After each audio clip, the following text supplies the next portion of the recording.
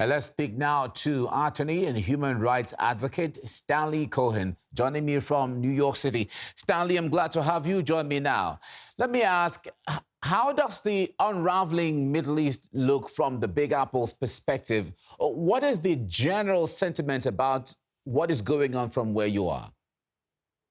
Well, the Secretary of Defense called Secretary of War when he talks about America fighting to win. America fights to slaughter. Most of the community sees this as a rerun of the weapons of mass destruction, which didn't exist. This operation should be called Operation Deflection. Deflection from Epstein, from ICE, from the economy, from the tariffs, from the possibility of impeachment coming up down the road. This is a president who is desperate. He would do anything to deflect from the reality of what a terrible presidency it's been. This is a war crime. These are war criminals. He's in bed with Netanyahu, who showed in Gaza. He doesn't care about civilians. He doesn't care about life. All he cares about is his own profit, his own reputation, and his own survival as he's under charge for crimes in Israel. Trump is desperate. Trump is lost. He is by far the worst president in the history of this country. He has no handle on reality. All he cares about is his own survival, his own profit. He's been pillaging and plundering his entire life, and this is what he's doing. Right now, with hundreds of civilians being targeted for what? Preemption? Imminent? Imminent what? What was Iran going to attack? Detroit? Washington? California? Nonsense. The notion that it had to move beforehand because there would have been some response. Nothing happened the last time that Netanyahu attacked Iran and the U.S. did. This is a president, whether it's Venezuela, whether it is Iran, whether it is Syria, whether it is Yemen, now he is in Ecuador, could care less about anything other than his own survival and his own profiteering. This is the classic example of murdering to cover, and cover, that's all this is. And it's not popular, and it's going to get worse, but Trump doesn't care because he lies. And Netanyahu doesn't care because he murders. So they're the perfect team of liars, deflection, and war criminals. Now, Donald Trump and some Republican hawks have been sending mixed signals about the origins of the crisis and what is supposed to have happened afterwards. Now, let's take a listen. Finally, to the great, proud people of Iran, I say tonight that the hour of your freedom is at hand. Stay sheltered. Don't leave your home. It's very dangerous outside. Bombs will be dropping everywhere. When we are finished, take over your government. It will be yours to take. Most of the people we had in mind are dead. So, we had some in mind from that group that is dead. And now we have another group. They may be dead also, based on reports. So I guess you have a third wave coming, and pretty soon we're not going to know anybody. We pray for the full recovery of the wounded and send our immense love and eternal gratitude to the families of the fallen. And sadly, there will likely be more. Before it ends, that's the way it is. Likely be more, but we'll do everything possible where that won't be the case. We're already substantially ahead of our time projections, but whatever the time is, it's okay. Whatever it takes, we will always, and we have right from the beginning, we projected 4 to 5 weeks, but we have capability to go far longer than that. We'll do it. Whatever somebody said today, they said, oh, well, the president wants to do it really quickly. After that, he'll get bored. I don't get bored. No, the future of Iran is going to be determined by the Iranian people.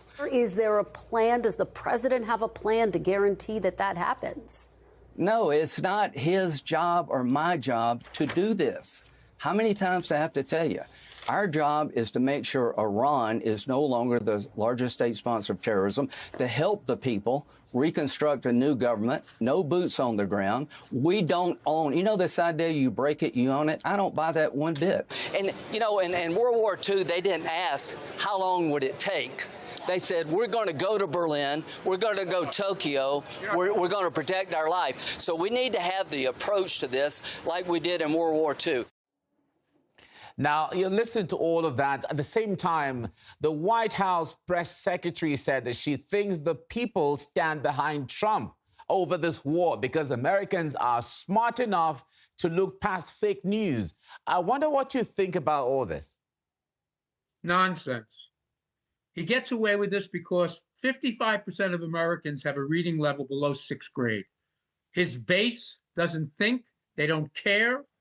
They give him a free rein to do whatever it is he wants to do, and he lies. This is Iraq in 2003, but only worse. The notion that this is to liberate people is absurd. It's exactly what Israel said when it came to Gaza, which we've seen what they do. This is an administration that just lies, that creates things, that just deflects and says whatever it wants to say. And it's got a blind leadership in the Congress. It's got a following. It's in violation of international law.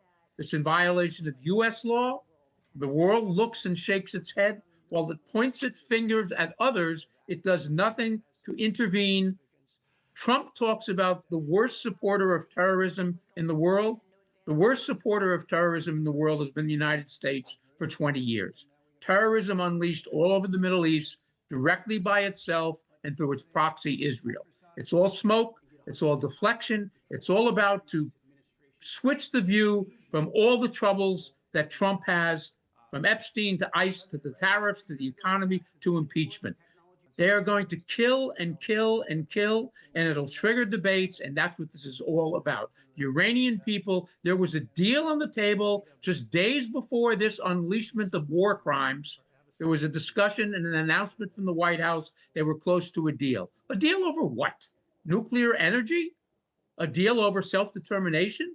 A deal over the fundamental right to defend themselves against people that are signatories to the Abraham Accords, against Israel?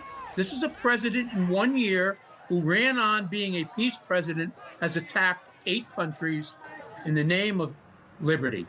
Everyone pays the price, and he just changes the station and moves on to the next mass slaughter. That's what he does. And he's a perfect bridesmaid for Netanyahu, who has said, I've been dreaming of this my entire political life, with millions dying in Gaza, being displaced and starvation. The reality of it is, this is nothing about what they claim it is, but all about genocide, all about war crimes, and all about deflection. The deflectors in chief are Trump and Netanyahu. Now, Congress just blocked an effort to force the White House to halt its strike on Iran without legislators' approval. Now, what consequences might arise from this decision, and what does it signify for the nation? Well, the Republicans are going to have to break ranks. They're going to have to take a stand.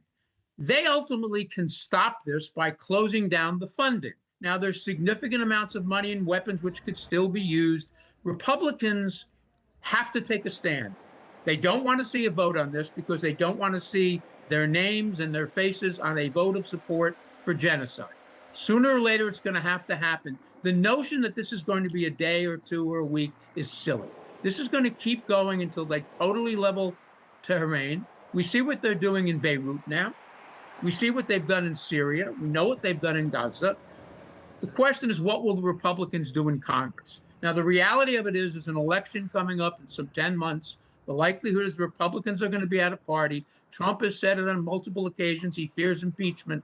So he's just going to keep doing whatever he can do to spread his totalitarian and authoritarian reach. He doesn't care about life. He doesn't care about justice. He doesn't care about domestic law or international law. What he cares about is his name and his profit. That's what this president is about.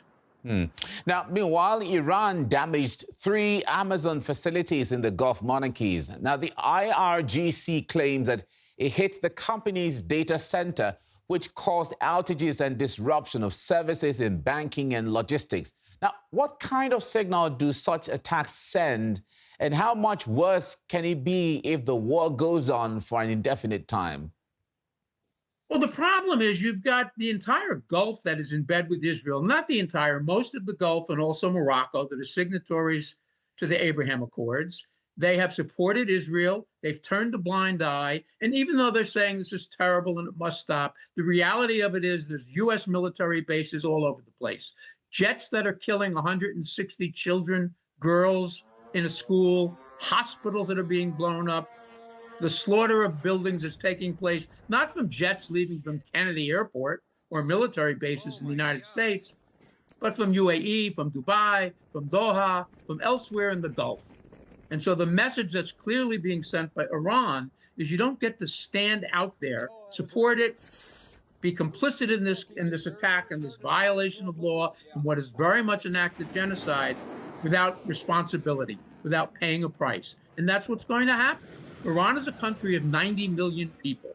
It is a country that for 50 years, after the overthrow of a U.S. puppet, has developed and has supported self-determination and resistance in the region. The notion that this is all about safeguarding women and the rights of women while you slaughter little children, little girls, sums it up. There's a price to pay, and I expect with every passing day, the complicit member states in the Gulf that are supporting it are going to pay that price as well. All right, now the reports say that the U.S. is now negotiating with Kurdish opposition groups in Iraq and Iran to orchestrate an uprising against Iran. Now, what is a guarantee that by using Kurdish radicals, things will go differently than they did during with Al-Qaeda and ISIS? It won't. For years, the United States used MAK, which was once a foreign designated terrorist organization, to assassinate Iranian scientists and academics and political leaders. And now they're going to use the Kurds for a ground operation. This is not going into a country of 6 million or 10 million or 14 million people. This is not going into a country where there is not a vast majority of people who will fight and who will resist. This is, again, Iraq. It's Afghanistan. It's Syria. It's blowing up the region, which is in the best interest of Israel and the United States.